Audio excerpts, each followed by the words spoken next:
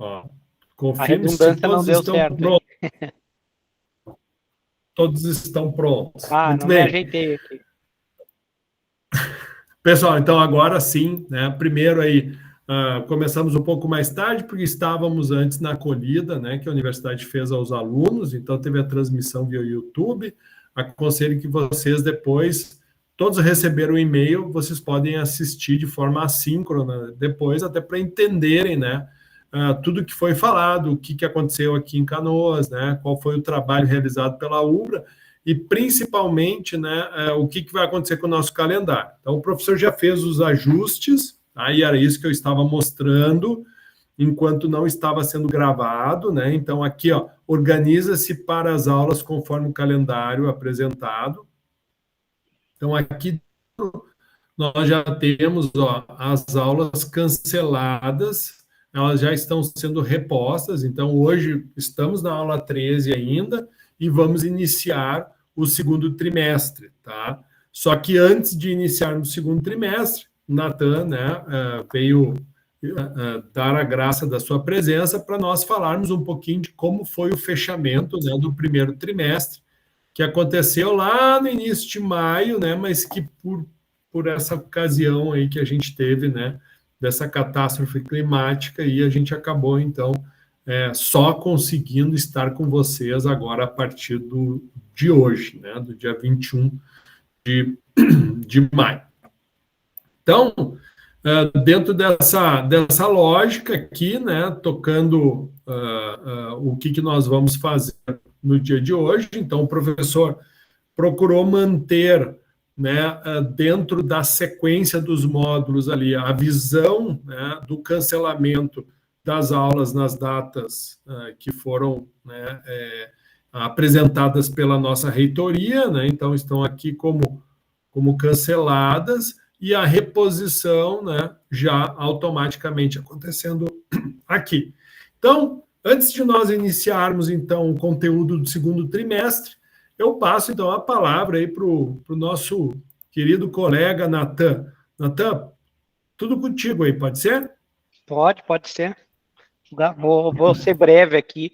Eu fiz um feedback mais genérico, tá? Mas fiquem à vontade, os que estão participando da aula, para levantar a mão se tiverem alguma dúvida, tá? De uma forma geral, a turma foi muito bem, tá? Eu atribuo a explicação do professor, que é muito boa, o material didático também parece que ficou bastante bom, e a gente acaba tendo, digamos assim, apesar da complexidade, eu fiquei, a primeira vez que eu estou lecionando com o professor Maurício é esse trimestre, né? Eu pensei, pô, um trabalho bastante complexo ali, o pessoal vai dar uma patinadinha, talvez, né? E o pessoal conseguiu atingir com deixa eu só voltar as questões aqui, ó. A massa específica de citar as fontes, tal. Teve algumas pessoas que esqueceram de citar a fonte, mas o pessoal conseguiu, de uma forma geral, praticamente todos que trouxeram as três massas específicas ali. A segunda questão, a 1.2, que era da areia primeiro, né? Deixa eu ver, é a massa específica da areia, com três fontes, e a massa específica da água. Isso todo mundo conseguiu atingir de forma bastante satisfatória. Depois, a prática 1, a questão 1.3 ali, também a grande maioria acertou ali, também, sem muitas dificuldades. Eu vou dizer assim, ó, dando um feedback geral, todo mundo, as que fez, acertou tudo. O pessoal esqueceu alguns detalhezinhos, por exemplo, de citar as referências teóricas que embasaram aqueles valores.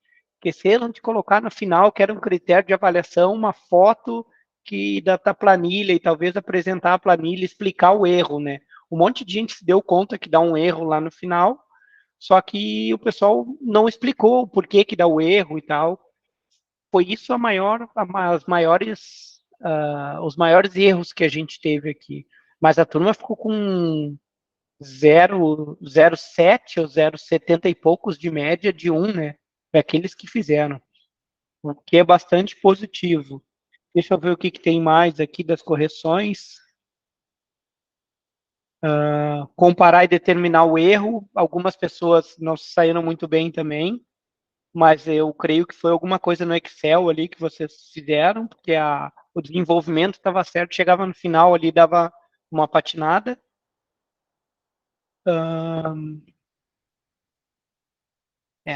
Postar foto, o resto, de uma forma geral, estava tudo certo, gente. Eu não sei vocês, nós temos 3 alunos aí, vocês, esse feedback vocês acham que serviu para vocês? Vocês tiveram alguma dificuldade, alguma coisa aqui que talvez eu não tenha falado, ou se deram conta que deixaram de fazer alguma coisa depois desse feedback? Eu vou falar. Vocês estão me ouvindo? Sim. Eu não tô com meu material Sim. aqui agora, porque devido a todos esses acontecimentos, eu simplesmente tive que sair de Canoas, né? E eu tô na cidade dos meus pais agora. Mas eu também não abri ali pra ver. Eu fiquei com uma dúvida no que eu fiz do erro, porque pra mim tava certa a questão que eu fiz. Eu vi ali que eu errei no erro para fazer o cálculo, mas agora eu não vou lembrar como eu fiz, tá? Eu também, como falei, tô sem material aqui agora, mas depois, Nathan, posso te mandar ali, é que, enfim, com todo esse acontecimento, eu não consegui pegar ali para te perguntar ou até esclarecer, porque eu não achei meu erro. Não sei se não foi visível aos meus olhos, se eu não entendi muito bem o que estava pedindo também, mas, tipo, parece que eu fiz o que o exercício estava pedindo e eu errei. A determinação, o desenvolvimento do cálculo, o que muitas pessoas fizeram? O desenvolvimento do cálculo foi certo e chegou na hora da conclusão ali, eu acho que o pessoal dividiu por 2, multiplicou, dava um erro que era 2 vezes o esperado do que deveria ser feito ali, do erro total. Mas até o desenvolvimento estava todo certo, só que errava a resposta final. Mas é importante, né? Pode pegar o detalhamento do que tu errou, me mandar uma questão, copiar o professor Maurício também, e daí a gente vê onde é que é o ponto ali, o que aconteceu e te dá um retorno específico. Né? Ou eu posso até refazer também para ver se bate, se dá a mesma resposta, e se der a mesma resposta eu mando ali para ver se alguém consegue achar o erro também. Pode ser que eu não tenha visto aonde eu estou errando. Eu não sei, Maurício, tu vai divulgar o gabarito? O feedback, tu não chegou a dar lá para eles? Sim, para todos eles eu escrevi o que estava certo, o valor que era, tal. né? Isso, não, é não isso coloquei, aí, esse é o feedback, né? O que a gente faz daí, Yasmin? Tu pode colocar o teu desenvolvimento, sugiro que tu coloque lá no Fórum 2, tá? E primeiro, assim, Yasmin, quero agradecer a tua presença aí. Eu não sabia que tu não estava mais em Canoas, né? Tu tá em São José do Norte, né? É isso? Eu estou em Tavares, São José do Norte também tem embaixo d'água. Pois é. É que o que aconteceu na terça-feira, antes do feriado, eu fui para Rio Grande porque teria fotos de formatura da minha irmã no sábado. E aí eu cheguei em Rio Grande e não tive mais acesso a Canoas. Aí, com tudo isso que veio acontecendo e tudo mais, sem água, enfim. Que loucura, né? Eu não consegui voltar. E aí eu ainda não consegui chegar em Canoas. Enfim, eu sei que agora a gente tá com acesso, né? Eu devo voltar até final da semana, porque eu tô sem exatamente nada aqui, só com o notebook. E até sem roupa, tipo, tô usando roupa da minha mãe. Eu saí pra voltar no sábado pra Canoas, tipo. E aconteceu tudo isso, eu não consigo voltar pra cidade.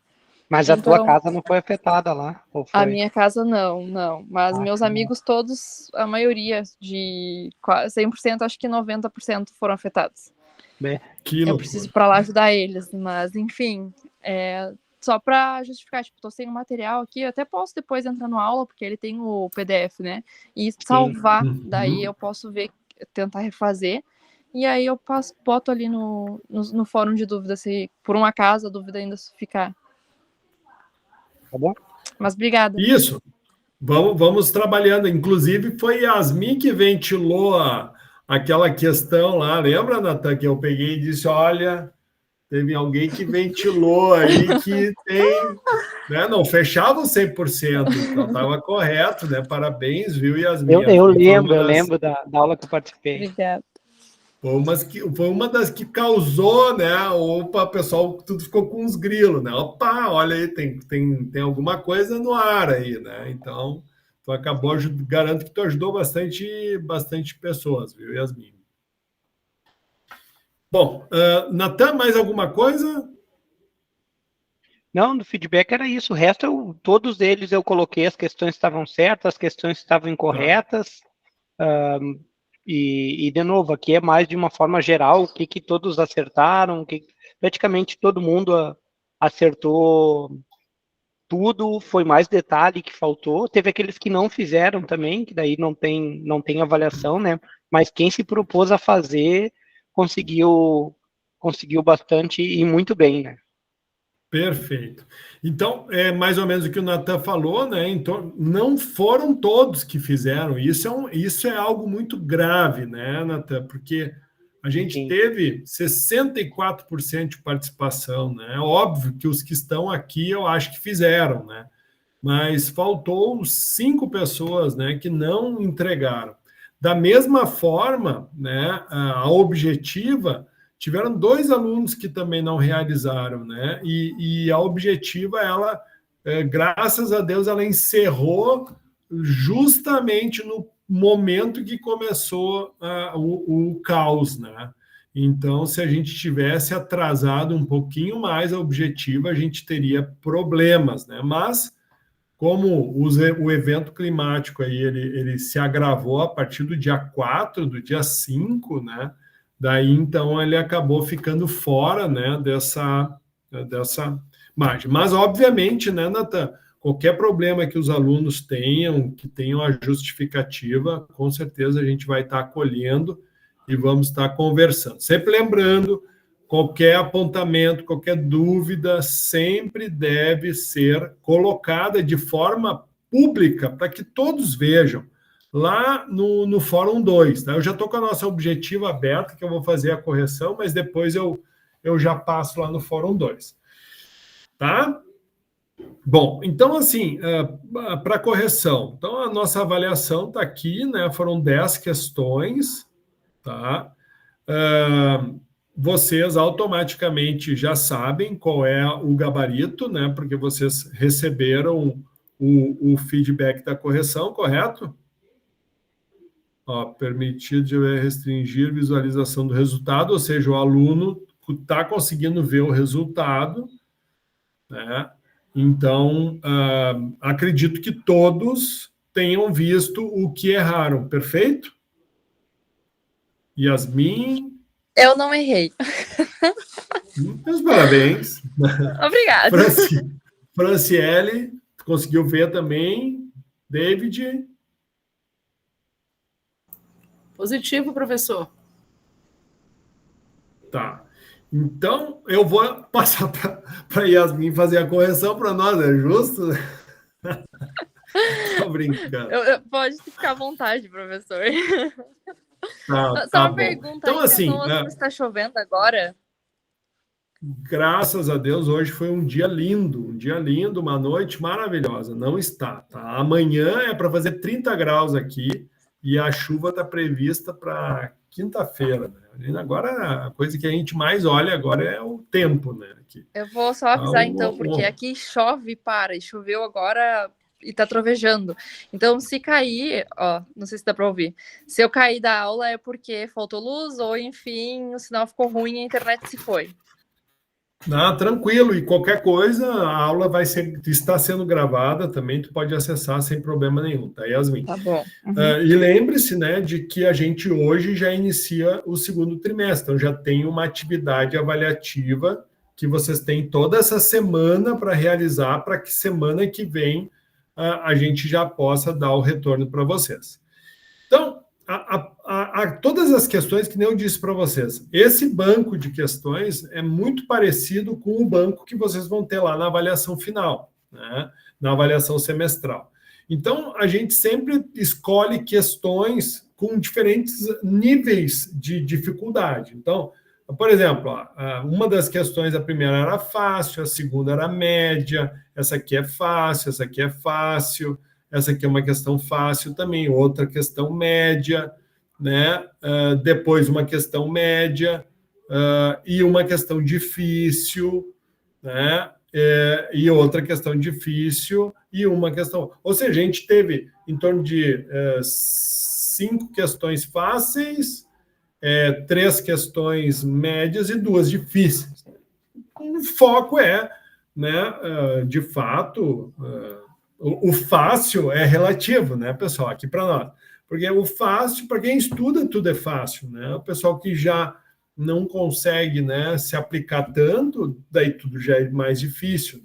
Mas a avaliação fácil, médio e difícil, ela está diretamente ligada, né, à complexidade envolvida para resolução, né, tudo com base em questões, né, padrão ENAD, né, que é aquilo que vocês vão ter que encarar no final do curso, que é tão importante que vocês saiam bem para que a gente possa, né, permanecer com o nosso curso aí, né, credenciado no MEC. Então, a primeira questão, né, sob o ponto de vista de mecanismo, a operação A e B corresponde a um transporte de sólidos através de orifícios em que caibam naturalmente e a força até caberem, respectivamente. Identifique e marque a alternativa que corresponde ao preenchimento correto da sentença acima, substituindo A e B, respectivamente, por... Então, aqui, o transporte de um sólido para que ele caiba naturalmente é a peneiração, né? E o forçar até que ele caiba, até que ele passe por esse orifício, né, é a moagem. Então, essa seria a alternativa correta. A operação onde os materiais são forçados a passar em uma seção apertadas, nas quais eles estão sujeitos a esforços superiores ao valor da ruptura até partirem.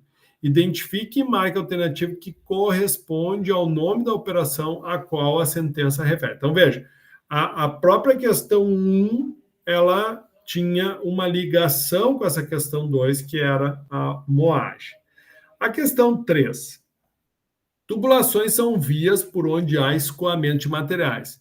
Esses materiais podem estar em estado gasoso, como gases que abastecem uma petroquímica, dos escapes, ou do escape de uma caldeira, ou da condução do vapor, líquidos que abastecem residências com água potável ou captam o esgoto, e sólidos, onde é transportado, né, o polietileno do reservatório até a máquina de extrusão e injeção. Identifique e marque a alternativa que apresenta a principal finalidade das tubulações ou dutos, sendo considerado uma forma econômica e segura de... Então, aqui, né, o que eu estou trazendo para que vocês identifiquem? Que as tubulações, assim como a gente, né, falou durante as nossas aulas, as tubulações, então, são meios, né, por onde não só os fluidos, mas também os próprios sólidos sejam transportados. Então, o foco principal aqui era que você, então, encontrasse a resposta. Meio de transporte de materiais. A questão 3, o custo dos materiais de tubulação devem ser feito o custo dos materiais de tubulação deverá ser feito comparando a relação custo/resistência mecânica, ou seja, a comparação deve ser feita entre preço corrigido, que serão os preços por massa, multiplicado pelo preço específico e dividido pela tensão admissível de cada material. Além disso, também deve ser levado em consideração a resistência à corrosão, maior ou menor, dificuldade de solda, maior ou menor dificuldade de conformação e de trabalho. E, por último, a necessidade ou não de alívio de tensões, o que acarretará uma metragem extra de tubulação. Com base nesta sentença, identifique e marque a alternativa que apresenta o material de tubulação de maior custo relativo. Então, aqui vocês tinham que usar lá do material, lembra que tinha uma tabelinha de relação custo-benefício? Lá do livro do livro 2, que era quando a gente falava de tubulações. Então, aquele que tinha o maior valor era o titânio. Então, essa era a alternativa que vocês tinham que encontrar. O aço carbono representa 90% dos dutos industriais, devido ao seu baixo custo, excelentes qualidades mecânicas e ser de fácil solda e conformação. Identifique e marque a alternativa que apresenta o tipo de material que não deve ser transportado nesse tipo de tubulação. Então, o que não é interessante transportar dentro de ácido carbono? Dentro de ácido carbono. Então, é a salmoura, né? Água salgada, né? Água doce, vapor, vapor de baixa, média pressão, né? Condensado, né? E ar comprimido, todos esses, então, tranquilamente são conduzidos em tubulações de ácido carbono. Tá? Salmoura, muito corrosivo, não é indicado. Questão 6. Uma tubulação com diâmetro interno de 5 polegadas foi reduzida para 2 polegadas, objetivando utilizá-la para operação em uma linha a pressão de 600 psig. Considere que a tubulação é fabricada em aço carbono com costura em um lado e a tensão admissível é de 90 MPa. Marque a alternativa que apresenta redução percentual da espessura da tubulação. Então, a redução percentual da espessura da tubulação. Então, a primeira coisa que o aluno tinha que fazer, então, era o quê? Primeiro, ele teria que determinar a espessura na condição inicial, ou seja, na condição de 5 polegadas. Então, ele, utilizando 5 polegadas, aplicando a equação, poderia também utilizar a equação simples, os resultados vão ser equivalentes. Então, tu poderia tanto usar para determinar a espessura, a equação que envolve pressão, diâmetro, dividido por 2 vezes a tensão, tá? Quanto tu poderia usar a que vai envolver mais informações, como fator de costura, fator de composição de aço, tá? Como o que a gente quer saber é a diferença percentual, o aumento ou a redução em termos de uma e outra, então esse erro ele vai ser compatível. Então foi o que a gente fez aqui. Então, do modo simples, 0,11 polegadas, do um pouco mais, utilizando mais informações que te dão um dado mais preciso a nível de espessura, 0,14 polegadas. Diminuindo, então, aqui foi com 5, passando para 2, a mesma dinâmica. Então, o que nós percebemos? Há uma redução de quase aí 50%. É só fazer um cálculo percentual. Faz a diminuição de 5 polegadas menos o de 2 polegadas, vai dar 0,07, dividido por 0,11, então vai ser 60%. Então, relativamente simples, claro. Professor, e as fórmulas? Pessoal, infelizmente, quando vocês forem fazer um concurso, forem fazer Petrobras, por exemplo, não tem fórmula. Vocês vão ter... mas como é que eu vou saber? Cara, não sei. Aqueles loucos lá da Universidade de Brasília, eles são tudo louco, do CESP lá. Então, eles acham que se tu vai ser engenheiro da Petrobras, tu tem que decorar as fórmulas. Então decora as fórmulas. Então, como a gente segue no padrão para aprová-los para a prova da Petrobras, aqui a gente segue nessa mesma linha. Então, sempre é importante o aluno dar uma revisadinha antes, fazer o autoestudo, sempre o aconselhamento. Faça um autoestudo. O que é o autoestudo? Repassa as fórmulas, repassa os conceitos, refaz as questões. Isso vai ajudar a refrescar a memória de você. Até porque a gente está num mundo muito digital.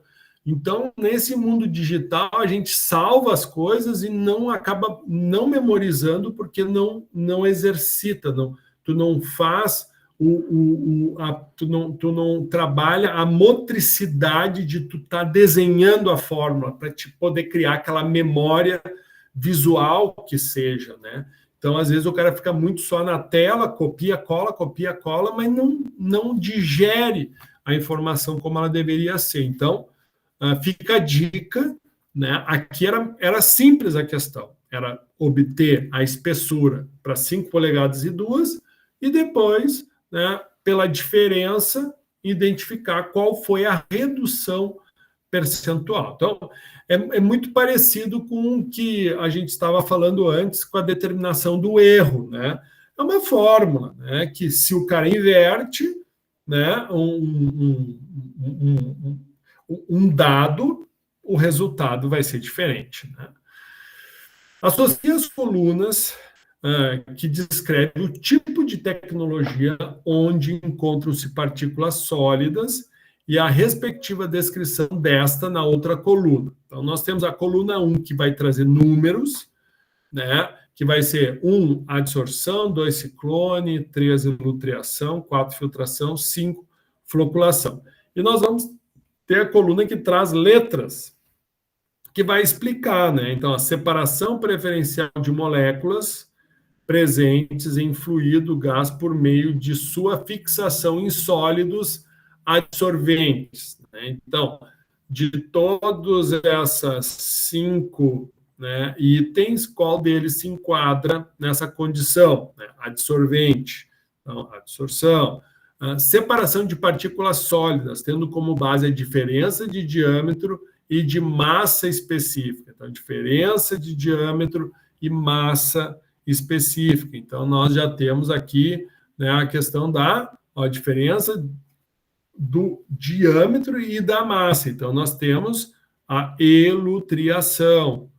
Separação de partículas por diferença no tamanho entre partículas e os poros, ou interstícios do meio filtrante, né? Então, aqui, filtração, aglomeração de material coloidal e em suspensão após coagulação. Então, é após coagulação, tá? A dica aí. Então, aqui a floculação, né? E separação de sólidos de tamanho distintos por meio de ação centrífuga. Então, aqui nós temos os ciclones. Então, a resposta que vocês tinham que achar foi exatamente essa. Pode falar.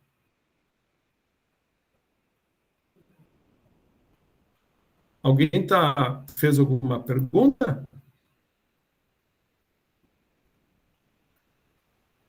Pessoal, meu querido, tranquilo, obrigado pela tua participação, viu, Natan? Até. Ô, Maurício, não queria atrapalhar a aula aqui, mas tá bom. Até mais, pessoal. Boa noite. Tchau, tchau. Nada. Valeu, meu irmão. Valeu. Então, tá. Então, a sequência vai ficar essa aqui. 1A, né? Então, ó, adsorção, adsorvente. 2E, ciclone, separação de sólidos, né? Por ação centrífuga. 3B, né? Que é elutriação, separação de partículas sólidas, né? Com uma diferença de diâmetro de massa. 4C, que é a filtração, que é a aglomeração de matéria coloidal em suspensão 4C, não, aqui a separação de diferente tamanho entre partículas e os poros, interstício meio filtrante, 4C. E o 5D, né, que é a floculação, que é aqui a aglomeração de matéria coloidal em suspensão após coagulação. Perfeito, né? Bom, a questão 8, essa era difícil, né? Mas vocês vão ver que ela não é difícil, ela é extensa, né? Ela é cansativa, que é muito o que acontece quando vocês fazem as avaliações do ENAD. Então, é uma prova que tu lê, muito interpretativa, mas é importante, né? Porque qual é o nosso meio de comunicação? É a escrita e é a leitura. Então, se vocês, como engenheiros, não souberem interpretar, né, textos e não souberem escrever, vocês vão ser engenheiros capengas, né? Então, desculpa o termo, né? Mas é por isso que a gente precisa trabalhar isso, né? A leitura é muito importante, né? Não é só fazer conta, né? A gente também tem que saber fazer para desenvolver o raciocínio lógico, mas a gente precisa também saber nos comunicar e compreender o que está sendo, né, comunicado através da escrita. Então, durante a produção de água tratada, assim como qualquer produção industrial, ocorre geração de resíduo. No caso das estações de tratamento de água, o resíduo de maior impacto é o lodo.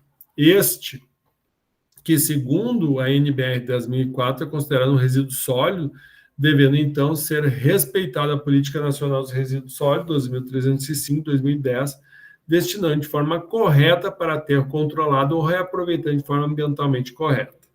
Para qualquer uma das opções, se faz necessária desidratação ou deságue do lodo gerado, para redução do volume dos gastos com logística de destinação.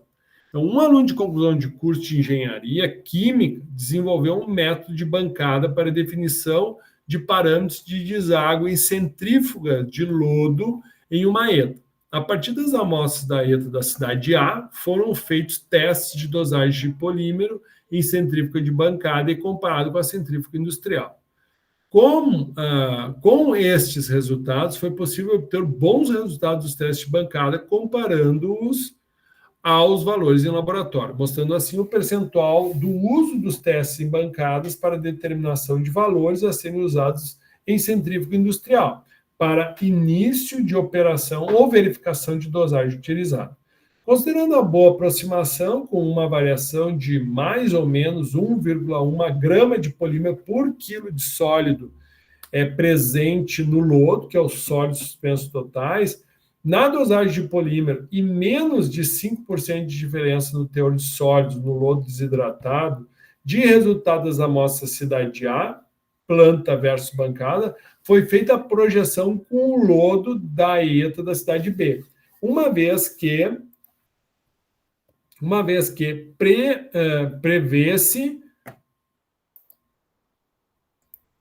se prevê a partida de um sistema de deságue de lodo. Assim, a dosagem ideal para a cidade B projetada será de 3,6 gramas de polímero por quilo de sólidos suspensos totais, presente na suspensão de lodo, sendo este um bom valor para início da operação da planta. Poderá variar entre 2,5 e 4,7 o polímero, quilo de sólidos suspensos totais. E C, pode repetir os testes sempre que houver alteração na qualidade do lodo ou dúvidas com relação à operação do sistema de deságue em planta. Essa questão, pessoal, saiu de um trabalho de conclusão de curso aqui da UBRA, né, daqui da Engenharia de Canoas. Inclusive, né, essa aluna que fez esse trabalho, né, que foi aqui na Corsã, aqui do Rio Grande do Sul, ela, de fato, fez essa comparação, né, utilizando, né, toda essa explicação. Então, ela usou a centrífuga de bancada para comparar os resultados com a centrífuga industrial que ela tinha. E esses resultados são esses que estão aqui compartilhados. Então, inclusive, essa aluna ela, né, é tão aplicada, né, que passou em primeiro lugar no concurso aqui de Nova Santa Rita, né, como engenheira química. Então, é muito, muito bacana a gente, né, tá relembrando isso aqui. Então, frente aos dados apresentados, considere as seguintes afirmativas. Então, aqui, ó, são dados 4 afirmativas e perguntas, né? É correto o que está descrito na alternativa. Então, vamos lá.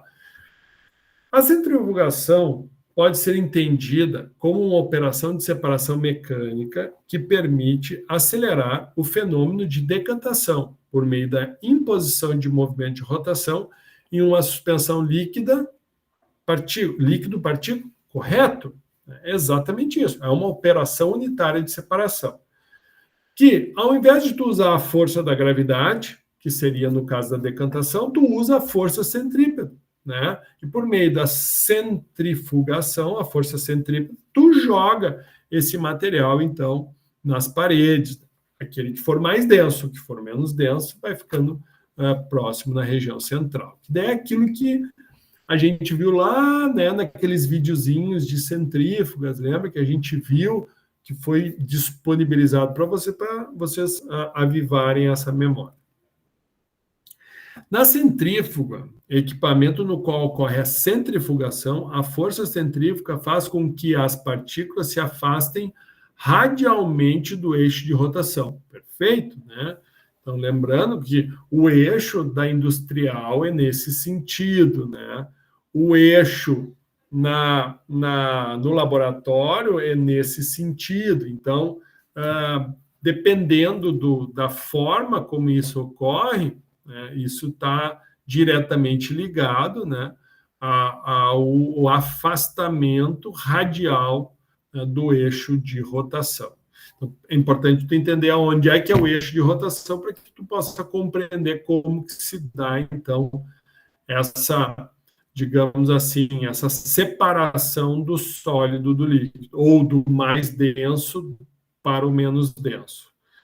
A centrifugação tem por base a separação de partículas por diferença de tamanho, de massa específica ou de ambos. Perfeito. Então, tanto partículas maiores, elas vão ter, então, maior massa, né? Mas também, se elas forem mais densas. Mas toda essa relação, ela é diretamente proporcional ao formato como a gente vai propor, então, essa separação. A capacidade da centrífuga pode ser expressa pelo quociente da velocidade terminal da partícula no campo gravitacional pela configuração do equipamento quanto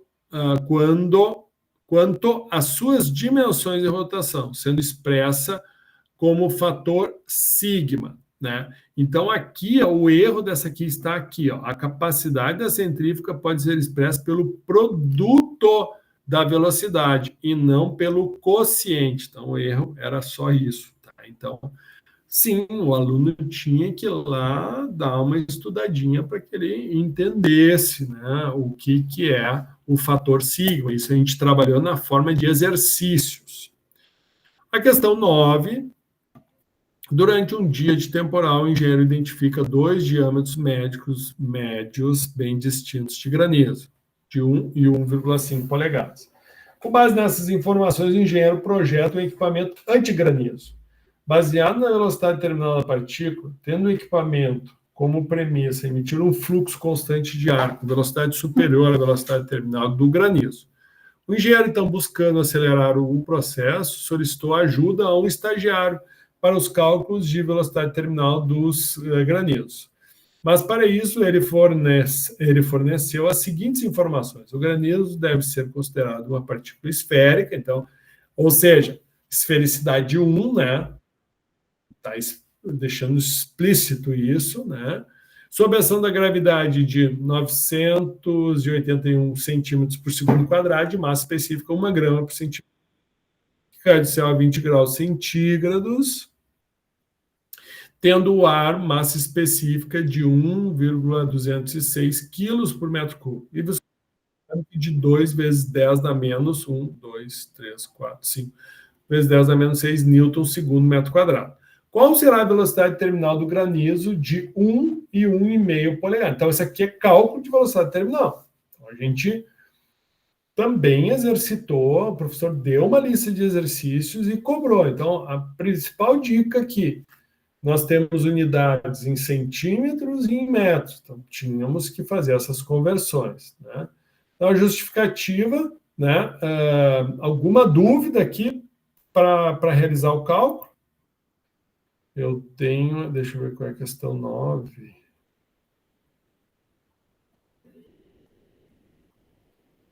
Vamos ver aqui, questão 9. Questão 9.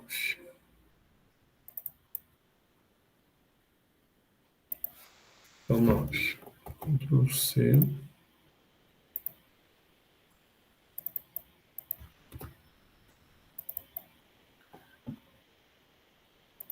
Então, questão 9 é que o aluno tinha que, literalmente, né, fazer o cálculo. Então, aplicar a fórmula, velocidade terminal aqui, ó.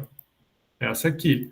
Né? Então, para o cálculo da velocidade terminal, ele tinha que fazer primeiro. Deixa eu ver aqui, velocidade... Não, não é esse aqui. Não é esse aqui. Não. É que eu fiz caca aqui, só um pouquinho. Agora eu achei o erro. Essa é a questão 56. Muito bem. Aqui, ó. Velocidade terminal A. Então, como é que a gente calcula a velocidade terminal? Então, o rho do ar, passamos para centímetros, viscosidade cinemática, né?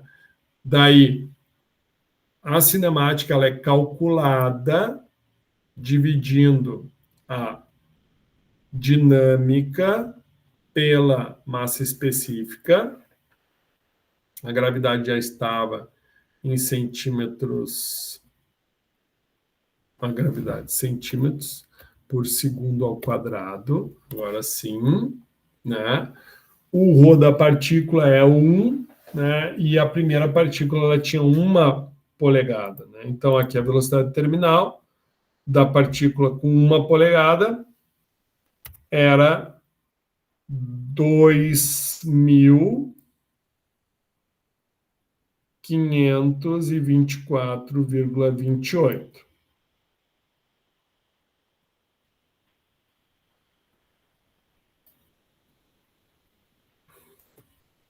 Bom, daí depois tu tinha que fazer o quê? Para 1,5 polegadas. Ou seja, era só substituir aqui, ó, mudar do 1 para 1,5. É a mesma coisa. Ó.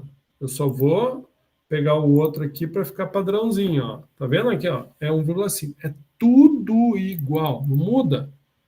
Até tá o mesmo erro aqui. Ó. Não é centímetro quadrado. Gravidade é centímetros por segundo ao quadrado. Então tá aqui, ó, 3.094. Pessoal, alguma dúvida, pessoal? Vocês compreenderam como é que se calcula a velocidade terminal? Sim ou não? Sim ou não, pessoal? Sim ou não? Caiu minha internet, acho que não tem mais ninguém na sala, deixa eu ver. Não, tem o Lucas, tem a Yasmin, a Francisca. Teve dúvidas, pessoal? Não. O professor está tranquilo. Ótimo. Bom, obrigado pelo retorno de vocês aí. Bom, e por último, né, a questão 10, ela era bem, né, fácil, que era identifique e marque a alternativa que completa a sentença. É a medida da fração de espaços vazios de uma partícula ou de um aglomerado de partículas, onde qualquer material através do qual é possível encontrar uma passagem continua de um lado para o outro deste objeto, geralmente é dito poroso. Então, porosidade, já estava a dica ali, né, bem dada. Então, pessoal, esta era a nossa objetiva. O gabarito vocês, então, receberam. Tá? Não havendo dúvidas, então a gente dá como encerrado o primeiro trimestre e vamos, então, dar início ao segundo trimestre. Ok? Então, tá. Então, ó, fechado a P1, certo? Então, as notas de vocês sabem como é que se vê, né? Vocês podem acessar aqui, visualizar as notas, daí vai pelo nomezinho de vocês, aí tem os trabalhinhos, mas aqui tem o relatório virtual, tem o exercício de AP1, tem a lista de exercícios, né? Que aqui, ó, tem uns aqui que acho que entregaram atrasado, eu não avaliei ainda. E agora a prova objetiva aqui, ó, a avaliação objetiva que está aqui, ó, essa daqui não é correta. É essa daqui, ó, a avaliação, que foi a avaliação finalizada agora. Ok? E a de hoje, que já inicia aqui dentro do AP2. Então, tudo certinho. Vamos ver aqui. Bom, muito bem.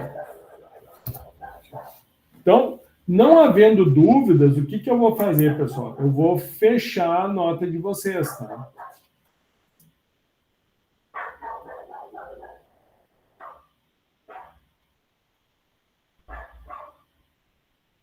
Ok? Então, eu só vou esperar, tá, Yasmin? Eu não vou fechar ainda, porque eu vou esperar o teu retorno lá. Ok? Tudo bem. Eu não sei se o senhor quiser fechar, eu posso colocar no fórum de dúvida. Não. É que assim, depois que eu fecho, não tem como voltar, entendeu? Por isso que eu vou esperar, eu espero até semana que vem.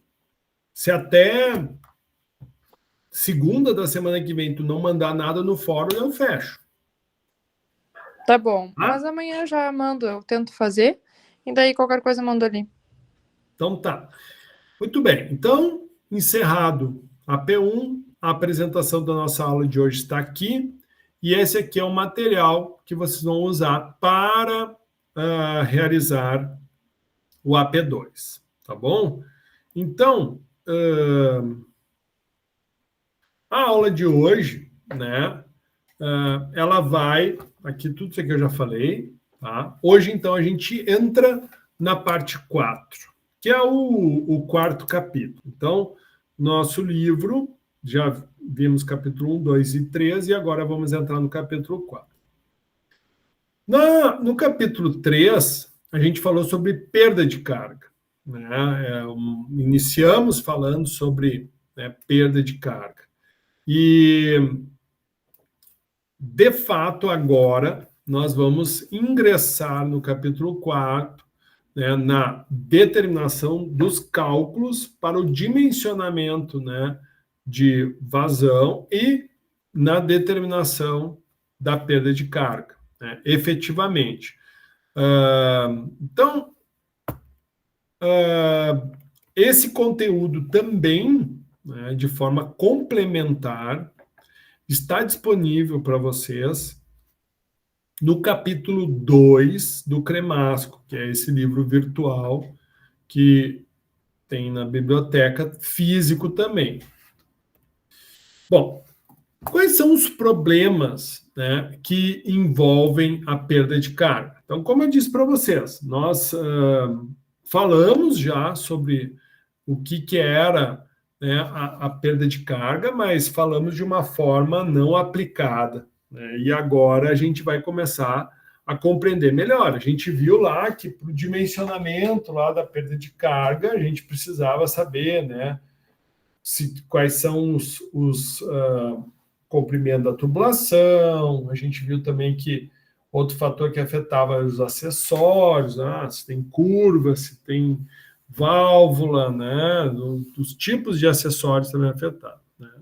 E qual é o problema? Né? Então, os métodos adotados para nós, né, determinar o cálculo da perda de carga, para essa disciplina, a gente vai usar o que normalmente a gente vê em questões da Petrobras, né? Que a gente poderia usar equações. Tá?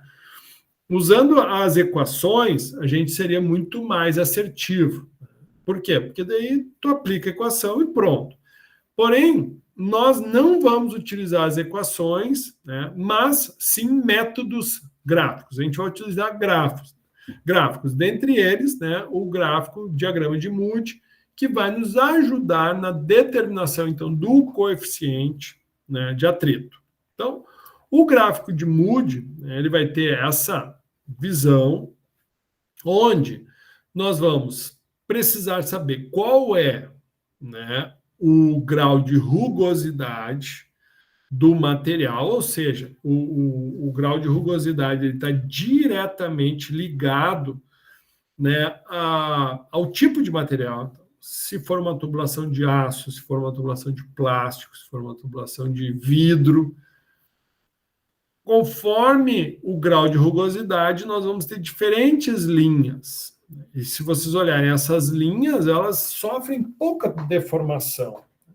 mas elas vão, de fato, sofrer a deformação baseado no número de Reynolds. E o que o número de Reynolds nos diz, pessoal? Para que serve o número de Reynolds? Alguém se arrisca aí a falar? Para quem que a gente calcula o número de Reynolds? O que a gente quer saber com o número de Reynolds? David. Guri. Fala aí, meu amigo. Pode errar. Não tem problema. Diga, professor, não entendi a pergunta. Olha só, pessoal. Não. A gravação. Não. A gente está gravando a aula. Deixa eu ver. Estamos, né?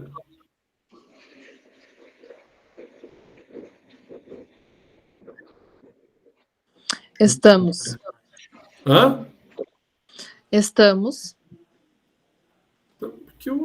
Mas cadê a bolinha vermelha aqui da gravação? Tá aparecendo para mim aqui. Aham. Aqui, gerenciar a gravação, vamos ver. Ó, tá gravando. Acho que me deu um susto agora, porque eu não vi aqui, já aconteceu isso, tá? De eu ficar horas falando aqui e não tá gravando a aula. Porque normalmente fica uma bolinha vermelha aqui, ó, nesse canto esquerdo do meu vídeo. Mas tudo bem, não tem problema. Vamos lá. Que bom que vocês estão enxergando aí. Tá, vou voltar de novo aqui. Pô, meus fones não funcionam, mas estou ouvindo aqui no trabalho. Tá, não tem problema. Tranquilo, isso aí que é importante, meu amigo. Tá.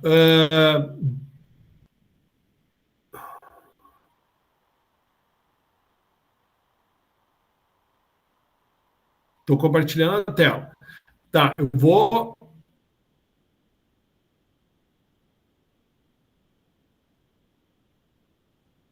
repetir. Não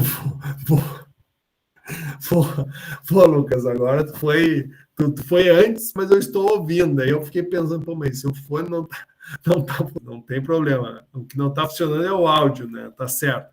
Mas o David, né? David, tá, tu não tinha entendido a pergunta, eu vou repetir. Pode ser, David? Pode ser. Então tá. Não sei se David, eu olha responder. só. Mas, cara, se tu não souber responder, a gente vai te ajudar. O importante é participar, não esquenta a cabeça, não. Vamos voltar? O número de Reynolds, tu já ouviu falar em número de Reynolds em alguma disciplina? Já, sim. E para que tu usou o número de Reynolds? Tu te lembra? Era para ver sobre a densidade, se era turbulento ou... Eu me esqueci o outro. Laminar. Laminar, então turbulento. Laminar, isso aí. É para o tipo de escoamento, tá? Isso. Então, perfeito, parabéns. Muito obrigado, viu, pela participação. Então, conforme, né, foi dito pelo David, complementado pela Yasmin, então, se vocês olharem, o tipo de material vai determinar a rugosidade, ponto. Então, vai ser uma dessas linhas. Mas o que faz com que essa linha sofra essa pequena alteração? Vai ser o número de Reynolds. Então, a gente vai perceber o quê? Que quanto... Aqui a gente tem o quê? Uma decrescente no número de Reynolds. Então, quanto mais baixo for o número de Reynolds, ou seja, mais próximo da laminaridade, quanto o número de Reynolds é menor que 2.300, ele é laminar o fluxo. Então, a gente fluxos laminares tendem a promover maior atrito do fluido com as paredes da tubulação. Tá? E isso é fato. Então, quando a gente tiver um fluxo laminar, ele vai ter um maior efeito de parede do fluido sobre as paredes do tubo. Então, a gente chama isso de efeito de parede. Tá? Obviamente que isso está linkado ao número de Reynolds, que tem a ver com que leva em consideração a viscosidade, a velocidade do fluido, o diâmetro da tubulação e assim por diante, né? Mas, então, esse gráfico nos mostra isso. Então, para que a gente possa utilizar esse gráfico, tu vai precisar determinar o número de Reynolds e tu vai precisar determinar o grau de rugosidade, né? Então, e a rugosidade é basicamente bem esse desenho aqui, né? Tu vai olhar microscopicamente, né, aquele tubo, né, a parede do tubo, e tu vai ver que aquelas imperfeições ali vão nos dar uma média da rugosidade absoluta, né, que vai ser a oscilação dos picos, né, rugosidade, vamos chamar de rugas, né? Então, quem nunca teve uma ruga, né? Então é mais ou menos isso, literalmente é isso que a gente vai ter na tubulação, essas subidas e descidas, e isso acaba, né, interagindo de uma forma a retardar o fluido dentro da tubulação. E aqui, lá no capítulo 3, a gente já tinha visto isso, né, mas eu reforço de novo. Então, para nós determinarmos o grau de rugosidade, que é esse valor aqui, que vai estar exatamente nesta coluna aqui, ó, bem no lado direito do gráfico de Moody, nós vamos, então, precisar saber qual é o material do tubo. Então, conforme o material do tubo, e aqui o diâmetro do tubo. Então, um tubo, pode ver, ó, quanto maior for o tubo, menor será o grau de rugosidade. Por quê? Porque menos influência a rugosidade vai exercer sobre o fluido, né? Tem um grande diâmetro, a rugosidade está só nas paredes. Então, a influência ela é diminuta, né? Comparando o diâmetro da tubulação pelo volume de material a área de material que vai estar passando ali. Agora, quando a tubulação já é menor, o efeito da parede ele amplifica. Então, o que a gente vê, ó, quanto menor for o diâmetro, ó, maior vai ser, então, o efeito do grau de rugosidade. E, automaticamente, isso vai nos gerar um fator de atrito, que é o que a gente vai definir aqui através de Fanning, né? Bom, então, para determinar, né, a perda de carga, nós vamos, né, utilizar literalmente o conjunto de informações que vocês já trabalharam na aula passada, que era para vocês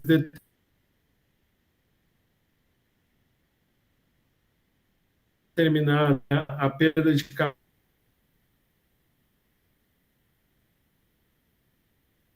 que se tinha da tubulação antes, da tubulação depois, e aqui efetivamente a gente vai aplicar. Só que assim, a perda de carga,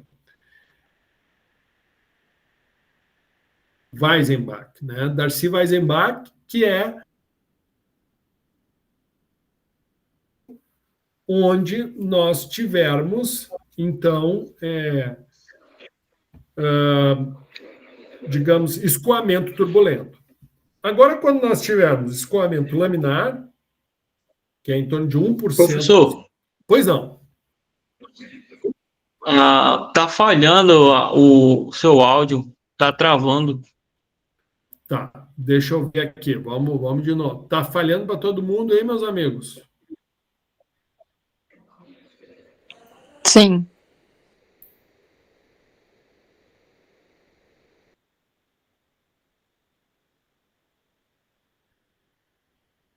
Então, deixa eu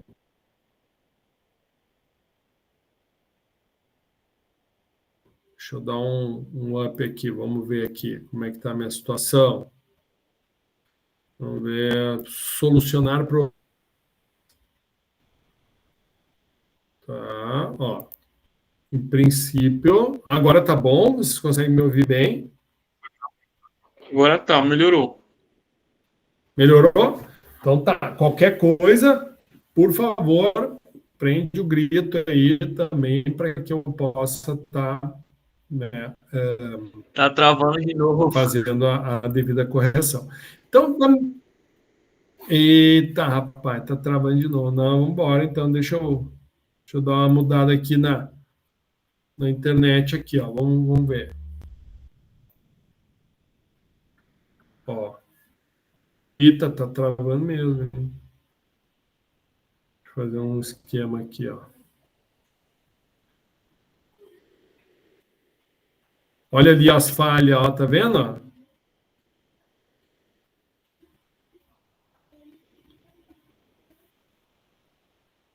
Então,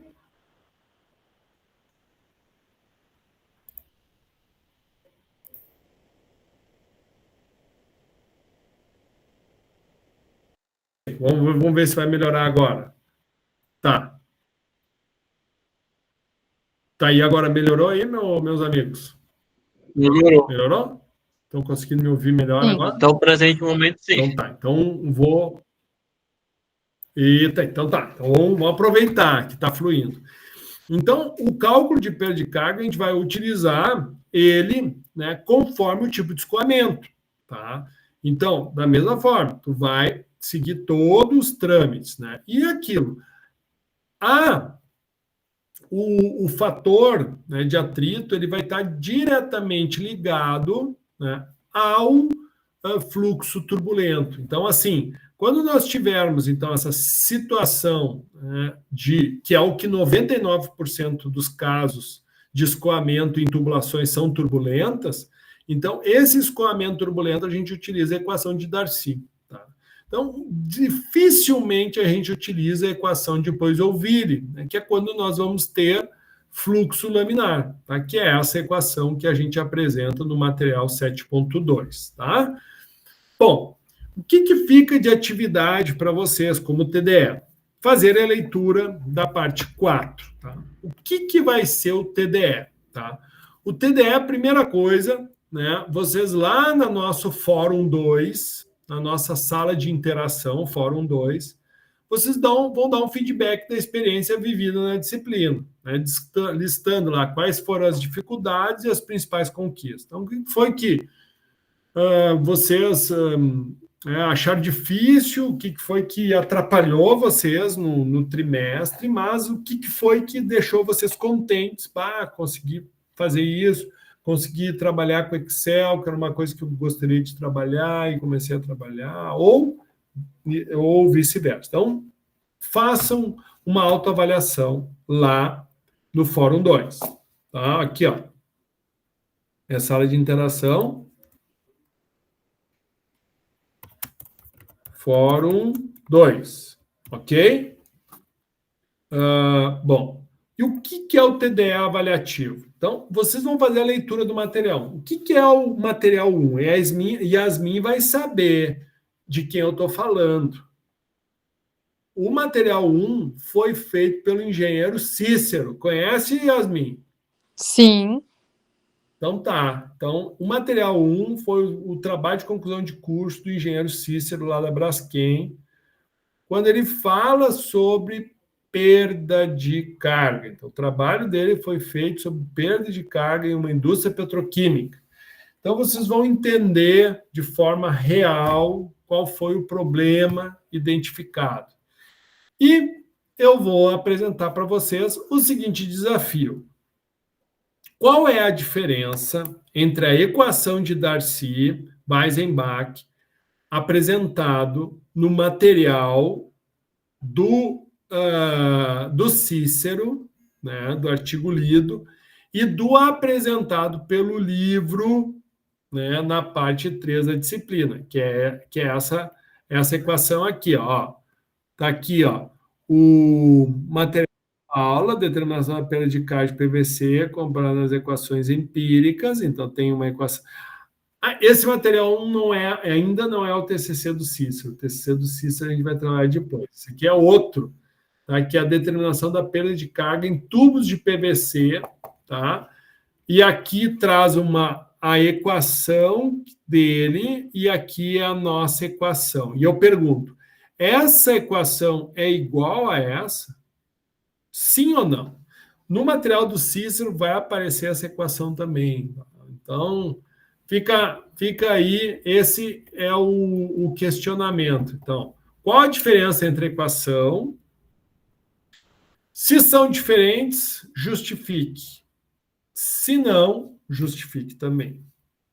Ok, meus amigos? Alguma dúvida? Né? Não havendo mais dúvidas, eu vou parar a gravação. e daí eu fico aí aberto a perguntas, questionamentos. Vou parar a gravação aqui.